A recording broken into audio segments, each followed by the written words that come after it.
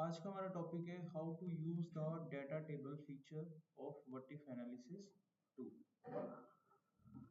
तो एक्सेल में data tab के अंदर व्हाट इफ एनालिसिस में हमारे पास एक फीचर होता है डेटा टेबल। इसका क्या यूज होता है, कैसे यूज करते हैं, वो आज के सेशन में हम देखेंगे। यहाँ पर ये एक मॉल है मान लीजिए, और इसमें ये एक सेक्शन है टॉय का। इनके पास टोटल नंबर ऑफ टॉयज जो है वो 150 है। अब इसमें ये डिसाइड किया जाता है कि 60% टॉयज एमएसपी के प्राइस पर बेचे जाएंगे, मैक्सिमम सेलिंग प्राइस। तो यहाँ पर एक अलग से टेबल बना लिया गया जिसमें खिलौनों की संख्या नोट की गई कि कितने खिलौने वो होंगे जो हाई रेट पर सेल होंगे और कितने खिलौने लो रेट पर सेल होंगे। निकाल लेते हैं उसे।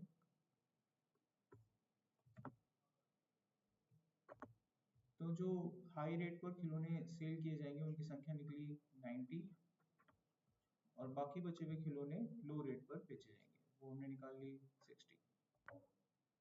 अब प्राइस तय किया गया हाई रेट और लो रेट। एक हाई रेट तय किया गया $60 का, और लो रेट तय किया गया आपके हाई रेट का आधा।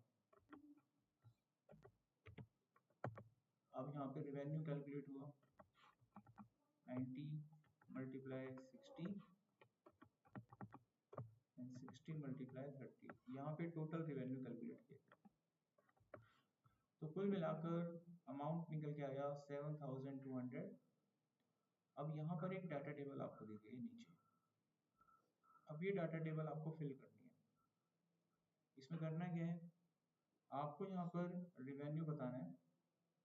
अगर 60% टॉयज एमएसपी पर बेचे जाएंगे तो रेवेन्यू कितना बनेगा, कितना बना 7200। अगर 61% टॉयज अगर एमएसपी के रेट पर बेचे जाएंगे तो रेवेन्यू कितना बनेगा, बताइए वही कैसे निकालोगे, बताओ भाई।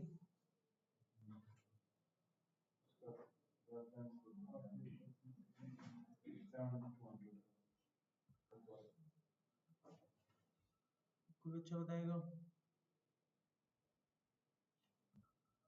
60% अगर बेचे जाएंगे तो 7200 बनेगा। तो इन सब का भरना है आपको डाटा टेबल।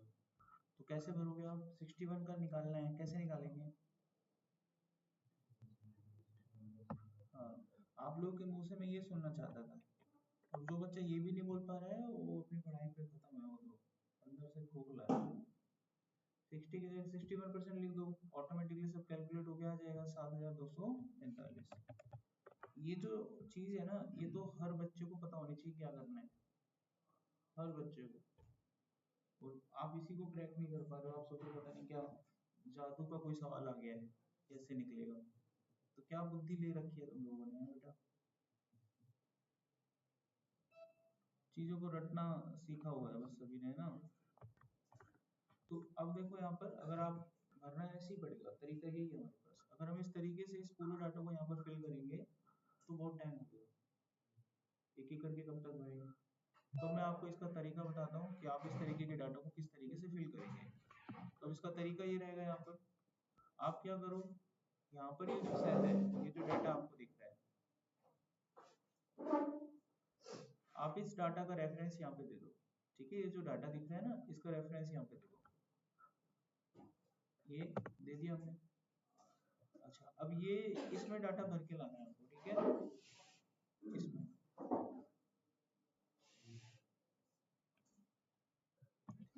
तो यहाँ पर अब मेरे को ये पूरा डाटा टेबल फिल करना है।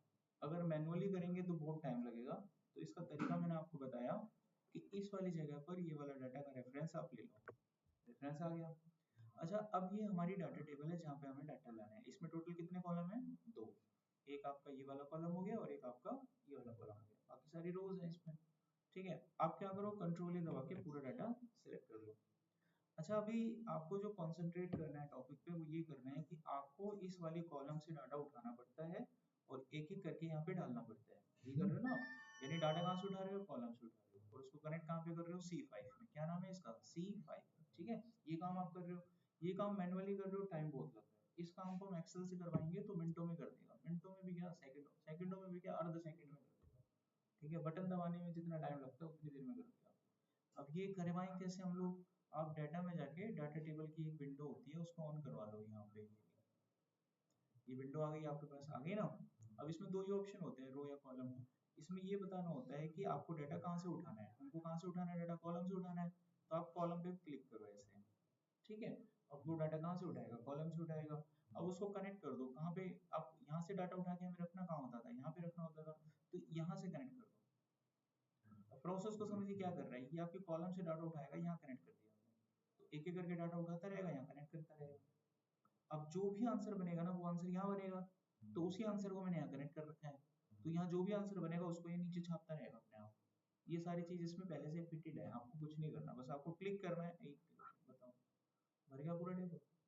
और इसको अभी एक एक करके भर रहे होते तो कितना समय लगता है। अब सोचो जो बड़े पैरामीटर पे आप एमआईएस के रोल पे काम करते हो ना, तो ऐसे पूछा जाता है, और इसका लाइव सिनेरियो आपको देने की कोशिश करता हूँ, कहाँ पूछा जाता है।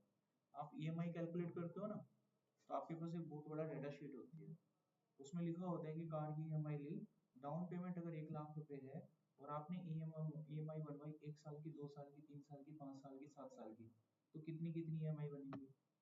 अगर डाउन पेमेंट आपकी 2 लाख रुपए है और आपने और इस तरीके से आपके पास रिपोर्ट्स के जो पैरामीटर्स होते हैं वो 100 हो जाते हैं, एक एक करके निकालोगे तो कब तक निकाल पाओगे, तो वहीं बहुत काम आता है। इस तरह के केस स्टडी में यूज होता है। ठीक है, मैंने आपको यूज केस बताया कि कहाँ यूज होता है। इसमें कोई डाउट है किसी को, ये टॉपिक यहाँ पर कंप्लीट होता है बेटा। अपने केस के दौरान जो भी हमारा एक्सेल का पीरियड चल रहा है, जो भी सेशन चल रहे हैं, हम यहाँ तक अपनी पढ़ाई को पूरा कर चुके हैं। आज के पीरियड सेशंस में मैं आप लोगों को डेटा के बारे में बताऊंगा कि जो एक्सेल में डाटा होता है उसको किस तरीके से आप लोड करते हैं, फिर इंपोर्ट और एक्सपोर्ट करते हैं। यहाँ पर मैं 3 तरह के डिफरेंट डाटा सोर्सेज का इस्तेमाल करूंगा। एक होगा नॉर्मल टेक्स्ट फाइल, दूसरा होगा वेबसाइट यानी वेब पेजेस, तीसरा होगा पीडीएफ। इन तीनों ही तरीकों से हम डाटा को लोड करना सीखेंगे और डाटा को हम एक्सपोर्ट करना सीखेंगे। तो स्टार्ट करते हैं स्टेप बाय स्टेप। तो सबसे पहले हम देखेंगे कि अगर कोई डाटा आपके पास टेक्स्ट फाइल में है और उसको आप अपने एक्सेल में इंपोर्ट करना चाहते हैं, इंपोर्ट समझते हैं ना, लोड करना चाहते हैं, तो कैसे करते हैं। एग्जाम्पल के रूप में मेरे पास ये एक टेक्स्ट डाटा है जो कि नोटपैड के अंदर है, एक टेक्स्ट फाइल के अंदर है। इस डाटा के अंदर ये कुछ रिपोर्ट डाला हुआ है। अब ये सारा का सारा रिपोर्ट हमको एक्सेल में लेके जाना है काम करने के लिए। तो इसको कॉपी पेस्ट करके हम नहीं ले जा सकते हैं, क्योंकि ऐसा करने से वो एक सेल में पेस्ट हो जाता है, आंसर खराब आएगा। इसको हमें सही तरीके से रखना है। तो इसका तरीका क्या रहेगा, जब भी आपके पास इस तरह का डाटा होता है और आप इसको एक्सेल में इंपोर्ट करना चाहते हैं, तो तरीका क्या फॉलो करें। अपने टेक्स्ट फाइल को ओपन करें, जो 2 कॉलम आपको दिख रहे हैं इसके बीच में जो डिलीमीटर होता है उसका पता करें। तो इन दोनों के बीच में जो डिलीमीटर क्या है बताएगा कोई, टैब। ठीक है ना, it's not a space, it is a tab, tab space. तो ये यहाँ पर हमें दिखाई दे रहा है। ठीक है, बस इतना ही आपको पता करना है। अब आप इस फाइल को बंद कर दो। अब आपको ये फाइल जिस भी एक्सेल फाइल में लोड करनी है, अपनी नॉर्मली उस एक्सेल फाइल को आप ओपन कर लो। और एक्सेल फाइल को ओपन करने के बाद जिस लोकेशन पे आपको वो डाटा लोड करना है, ठीक है, वो लोकेशन सेलेक्ट कर लो। डाटा को लोड करने के लिए डाटा में जाएंगे, यहाँ एक ऑप्शन होगा गेट एक्सटर्नल डेटा।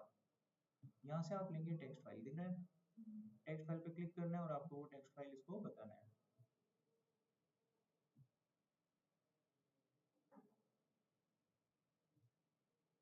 तो जहां पर भी वो टेक्स्ट फाइल है आप उस लोकेशन पे जाइए।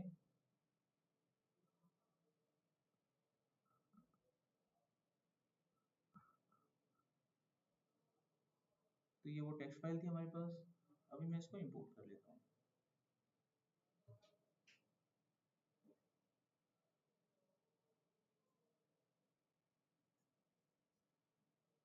तो यहाँ पर आप देखेंगे कि वो डाटा आ चुका है और यहाँ पर बाय डिफॉल्ट उसने अपने आप सेलेक्ट कर लिया डिलीमीटर क्या, टैब। और आपका डाटा देखो कितने अच्छे से अरेंज हो चुका है। अगर मान लीजिए आपका डाटा वहाँ कोमा से होता, उनके बीच में कॉमा होता, तो आपको यहाँ पर अपना डिलीमीटर क्या लेना था बेटा, कॉमा। अगर कोई ऐसा लेटर देखते जो इसमें है ही नहीं, यहाँ पर दे रखे हैं वैसे तो, लेकिन इसमें है ही नहीं, तो क्या लेते आप, कस्टम। और कस्टम में यहाँ पर आप लिख देते नीचे। अगर मैं जो भी लेटर डालूंगा उसके हिसाब से डाटा सेपरेट हो जाएगा। मान लीजिए मैंने ए डाल दिया, तो ए के अकॉर्डिंग डाटा सेपरेट हो जाएगा जहां जहां से ए आ रहा होगा। ठीक है, तो हमारे हिसाब में हमारा जो डाटा सेट है वो क्या है, टैब। देखो ए के हिसाब से डाटा सेपरेट हो चुका, दिख रहा है आपको, ये देखिए, है ना, ए के हिसाब से डाटा सेपरेट होगा, खराब होगा बल्कि डाटा। तो हमारा जो डाटा है वो किसके हिसाब से सेपरेट होना चाहिए, टैब के हिसाब से। अभी टैब के हिसाब से हो गया। अब हम लोग क्या करेंगे, यहाँ पर लोड पे क्लिक करेंगे।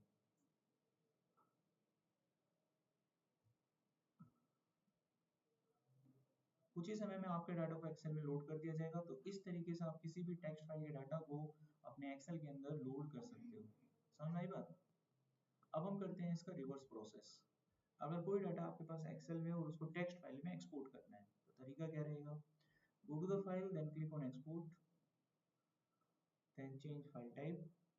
जिस टाइप में आपको फाइल एक्सपोर्ट करनी है वो टाइप सेलेक्ट कीजिए और यहाँ पर सेव कर दीजिए। लोकेशन बताना है आपको, नाम डालना है फाइल का,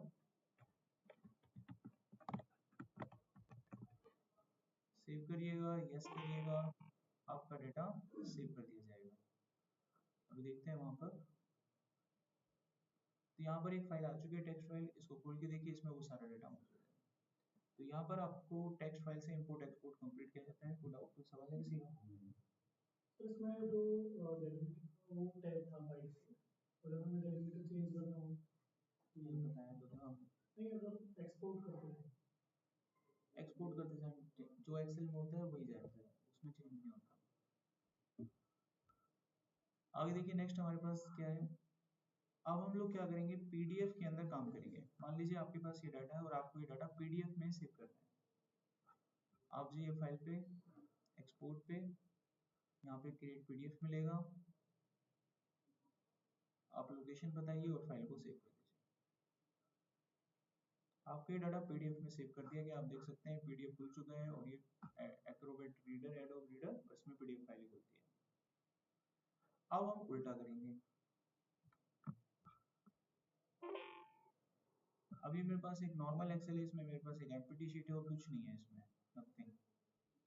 अब हम लोग को क्या करना है कि मुझे डेस्कटॉप पे पीडीएफ फाइल दे दी गई है और इस पीडीएफ फाइल में पहले से डाटा मौजूद है। आप कोई काम करेंगे तो हो सकता है आपके पास भी डाटा पीडीएफ में हो और आपको बोला जाए कि ये डाटा एक्सेल में इंपोर्ट करिए। कई लोग क्या करेंगे, अगर नहीं आता होगा तो एक एक करके एंट्री टाइप करेंगे, आता नहीं है उनको तो क्या करेंगे, टाइप ही करेंगे एंट्री। अब एक आसान तरीका बताते हैं, पूरा डाटा आपका एक्सेल में चला जाएगा। आपको अपना एक्सेल ओपन करना है जहाँ पे भी डाटा चाहिए, लाइक दिस। डेटा में जाना है, यहाँ मिलेगा आपको गेट डेटा, उसके बाद मिलेगा फ्रॉम फाइल और यहाँ ऑप्शन मिलेगा फ्रॉम पीडीएफ। ठीक है, इस पर क्लिक कर दीजिएगा, आपका डाटा ऑन होगा। जिस भी भाई साहब, जिस भी बच्चे के लैपटॉप में ये डाटा, ये ऑप्शन ना मिले तो सोच लेना उसका एक्सेल का वर्जन पुराना है। ठीक है, एक्सेल का वर्जन कौन सा होना चाहिए, 2021, 2024 या एमएस ऑफिस 365, उसके अंदर ये ऑप्शन मिल जाता है। अब यहाँ पर आने के बाद आपको जो भी फाइल अपने इसमें इंपोर्ट करनी है वो फाइल सेलेक्ट कर लीजिए। उस फाइल का नाम था दिस वन। अब हम इसको करेंगे यहाँ पर इंपोर्ट। थोड़ा वेट कर रहे हैं, बाकी सब कुछ ही कर लेगा।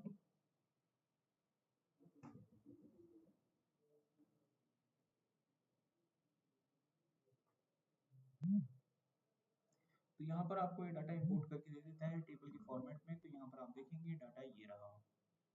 अब आप इसको लोड करेंगे, आपका डाटा इंपोर्ट कर दिया।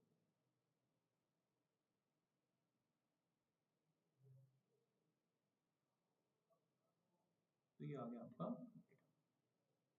तो यहाँ पर पीडीएफ का प्रोसेस भी कंप्लीट हो जाता है। अब मान लीजिए यही डाटा अब हम बनेंगे वेब पेज में। अब मेरे को मान लीजिए डाटा वेब पेज पे भेजना है तो मेरे को इसका वेब पेज बनाना पड़ेगा। वेब पेज हमारे पास होगा तभी वो वेब पेज पर कन्वर्ट होता है। तो मुझे इसका वेब पेज बनाना है। तो इस डाटा को वेब पेज पर एक्सपोर्ट करने के लिए हमें क्या करना होगा, go to the file, then save as, अपनी लोकेशन बताऊं जहाँ हमें सेव करना है डाटा, नाम वगैरह दे दो। यहाँ पर सेव एज ए टाइप होता है, यहाँ आपको मिलेगा वेब पेज। सेव करिए, यस यस कर दो, आपका डाटा एक वेब पेज में कन्वर्ट हो चुका है। ये देखिए वेब पेज किस में खुलता है, ब्राउजर में खुलता है। तो ये हमारे पास एक ब्राउजर है, ब्राउजर में डाटा है, ओपन करोगे तो ब्राउजर में आपको डाटा मिल जाएगा।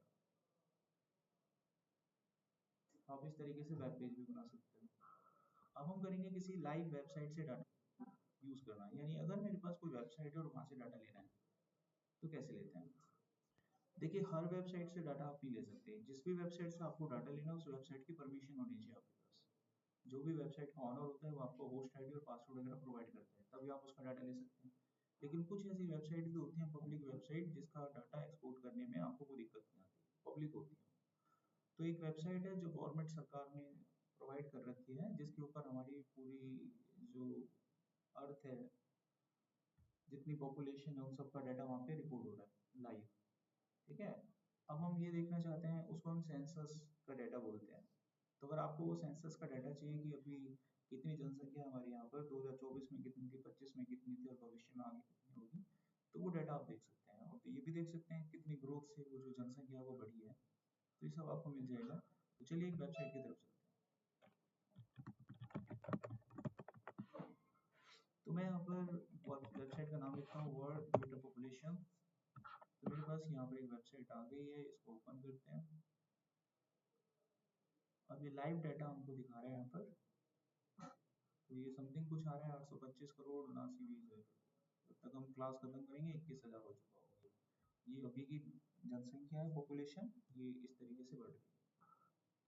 और इसमें काफ़ी सारा डाटा है, तो जो भी डाटा टेबुलर फॉर्मेट में होता है वो हमको मिल जाता है। इस वाली रिपोर्ट को देखकर और भी खतरनाक एक फीचर्स यहाँ पर प्रेडिक्शन आती है कि जब तक ना हमारे देश पे ना राजा महाराजाओं का राज था ना, वो देखते थे ना शिवाजी महाराज और ये औरंगजेब, तब तक हमारी दुनिया की जनसंख्या बढ़ती नहीं थी। कारण क्या था कि वो एक राज्य से दूसरे राज्य पर अटैक करते थे। तब देश नहीं कहते थे, राज्य कहते थे। और जब वो अटैक करते थे ना, केवल राजा को नहीं मारते थे, है ना, पूरा जंगल का जंगल साफ कर देते थे। राजा को थोड़ी ना मारते थे, प्रजा भी खत्म। बात समझ रहे हो? बात, जनसंख्या बढ़ती ही उसका रिकॉर्ड दिखाते हैं आपको। यहाँ पर उस रिकॉर्ड को आप यहाँ से एनालाइज कीजिए। सन 1800 तक जनसंख्या कितनी थी? बस 100 करोड़ भी नहीं थी। देखो, दिख रहा आपके सामने रहता है। लेकिन जैसे ये राजा महाराजाओं का प्रचलन खत्म हुआ 1900 में, होगा था ना लगभग, तो देखो जनसंख्या ने तूल पकड़ने को खत्म ही नहीं हुआ कोई। अब तो जो लड़ते हैं फौजी भाई लड़ते हैं आपस में, थोड़े बहुत वहां से थोड़े बहुत वहां से, खत्म बात। अभी देखो कितनी तेजी से बढ़ रही है, लेकिन अभी फिर भी थोड़ा बहुत कंट्रोल करके स्थिर की गई है। बाकी अभी कुछ नहीं पता कितनी तेजी से और ऊपर जाएगी। मात्र 125 साल में ये हाल हो गया। 125 साल ही लगाओ, लगभग लगभग 1900 के बाद से, तो 125 सालों में यहाँ पहुँच गया। तो इससे आइडिया लगता है कि आगे आने वाले टाइम में जमीन नहीं मिलेगी। तो जमीन ना सोना है। फ्यूचर की बात करो तो अगर आप चाहते हो ना पीढ़ी आपकी बैठ के राज करे, तो जमीन, जमीन क्या है आज के टाइम में? सोना का काम करे हो। आज भले उसकी वैल्यू नहीं बढ़ी, खेत के खेत बिक रहे हो तो लेके रहो। अभी तो भाई पब्लिक तो बढ़ी रही है, कहाँ जाएगी है? तो एक फ्यूचर प्रेडिक्शन कर सकते हैं। अभी चलिए आगे की तरफ बढ़ते हैं। ये तो बात आ गई ऐसी ऐसी। अभी देखिए ईयरली ग्रोथ रेट भी आप देख सकते हो। 1955 में इतना था, 60-65 में बहुत तेजी से बढ़ा, है ना। और यहाँ पर ये ग्रोथ रेट में कमी आई है। अब ग्रोथ रेट में क्या आई है? कमी। बहुत तेजी से बढ़ रहा था, अभी ग्रोथ रेट में कमी आई है। तो और भी कम होना चाहिए। क्या बात कर रहे हो? नहीं पता। जैसे तुम कहते हो, मैं कहता हूँ कि तुम्हारी एक सैलरी है, तुम्हारी सैलरी है 100 रुपये। अब तुमको ग्रोथ रेट मिल रहा है हर साल। ये जनसंख्या की है, जनसंख्या। बात ही हम जनसंख्या की होती है। तुम क्या सोच रहे थे? कुछ सोचा भी तो होगा, एक्सप्लेन कर दो। एज की ग्रोथ नहीं, जनसंख्या। देखिए यहाँ पर ये वर्ल्ड पॉपुलेशन आ गई, हर साल की जनसंख्या यहाँ पर देख पा रहे हैं। तो इधर उधर की बातें ना करके अब इस डाटा को एक्सप्लोर कर लेते हैं। यहाँ पर एक यूआरएल आ रहा है, एक्चुअली मुझे ये डाटा चाहिए, ठीक है, अपने वेब पेज पे। तो ये ऊपर यूआरएल आ रहा है, इसको हमने कर लिया कॉपी, मिनिमाइज किया, अपने गए एक्सेल के पास। ये आ गया एक्सेल पास, ठीक है। ये पुराना डाटा जो भी है इसको हम हटा देते हैं। अब वो डाटा मेरे को यहाँ पे चाहिए। अपना सेल सेलेक्ट करेंगे, डाटा पे जाएंगे, यहाँ हमको मिलेगा फ्रॉम बैक, और आपने जो यूआरएल कॉपी किया था वो आपको यहाँ पे पेस्ट कर देना है। बस आपको ओके करना है, सब कुछ ठीक ठाक होगा तो कनेक्ट होने लग जाएगा। और जहाँ पर ये दिक्कत दे दे तो फिर तो कंपनी के मालिक को ढूंढो, कंपनी का मालिक तुमको देगा इसका राइट। अभी देखिए कनेक्ट हो रहा है।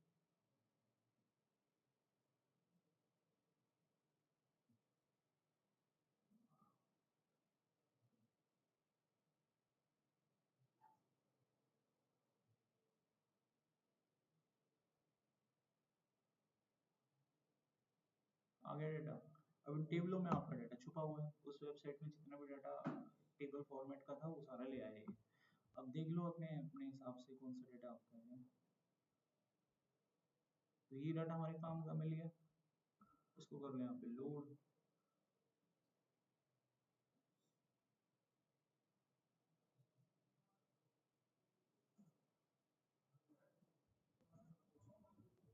आ गया डाटा। और ये कोई ऐसा वैसा डाटा नहीं है। कई बच्चे सोच रहे होंगे वेबसाइट से कॉपी करके ले आओ, इतनी काय को माथा पच्ची करें, सोच रहे होंगे ना। तो कर सकते हो, ऐसी कोई बात नहीं है। बट मैं आपको बताता हूँ ये कोई नॉर्मल डाटा नहीं है, लाइव डाटा है। लाइव डाटा क्या होता है, कल को अगर वहाँ पर कोई डाटा अपडेट हुआ तो यहाँ भी हो जाएगा। तो ये वेबसाइट से कनेक्टेड है। अगर आपका ये डाटा यहाँ पर मैं गलत कर दूँ, मैंने खराब कर दिया ना डाटा, अगर ये डाटा वहाँ वेबसाइट में अपडेट है, इसको रिफ्रेश कर दीजिए, खाली लाइव डाटा आता है, रिफ्रेश कीजिए यहाँ से, थोड़ी देर वेट कीजिए जब तक ये घूम रहा है। वेबसाइट से कनेक्टेड है, लाइव उठाता है हमेशा। अब इसको आ गया डाटा। अब इसको 2026 में चला हुआ है, 2026 की जनसंख्या रिकॉर्ड करेगा ना, बटन दबाना है खाली अपने आप लाइव आ जाए। ठीक है, इसी को बोलते हैं लाइव डाटा। जो बड़ी बड़ी आप देखते हो ना एप्लीकेशंस होती हैं, है ना, एक होती है ऑफिशियल साइट, उस ऑफिशियल साइट पे डाटा होता है। अब उस डाटा का इस्तेमाल बहुत सारी एप्लीकेशंस में करते हैं। जैसे किसी ने एक एप्लीकेशन बना ली, क्रिकेट मैच का स्कोर चल रहा है, आप लोगों ने बना ली, वो सच में ही चल रहा है, लाइव डाटा। लाइव डाटा कहीं था वेबसाइट में, उसमें से डाटा उठा लेता है और वो डाटा ऐसे एप्लीकेशन में यूज होता रहता है। ठीक है, तो यहाँ पर हम लोगों ने डाटा इम्पोर्ट एक्सपोर्ट सीख लिया है। किसी बच्चे को डाउट, कोई क्वेश्चन है? तो जो पीडीएफ और टेक्स्ट फाइल हमने इंपोर्ट एक्सपोर्ट किया तो वो भी कनेक्टेड रहता है या फिर नहीं, वो ऑनलाइन नहीं रहता सिस्टम में।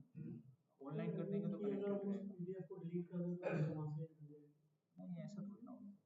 डाटा आपके पास है क्या, तो अगर वेबसाइट में डाटा हट जाएगा तो यहाँ थोड़ी ना कुछ होगा। यहाँ तब होगा जब मैं रिफ्रेश करूँगा। तो अगर ये कनेक्शन हमें हटाना हो जैसे यहाँ से ये करवाओ हटेगा ही, कॉपी पेस्ट करके लाओ। हटाना है तो इसको कॉपी करके अपने पास रख लो। ठीक है, तो ये टॉपिक हमारे यहाँ पर कम। ठीक है।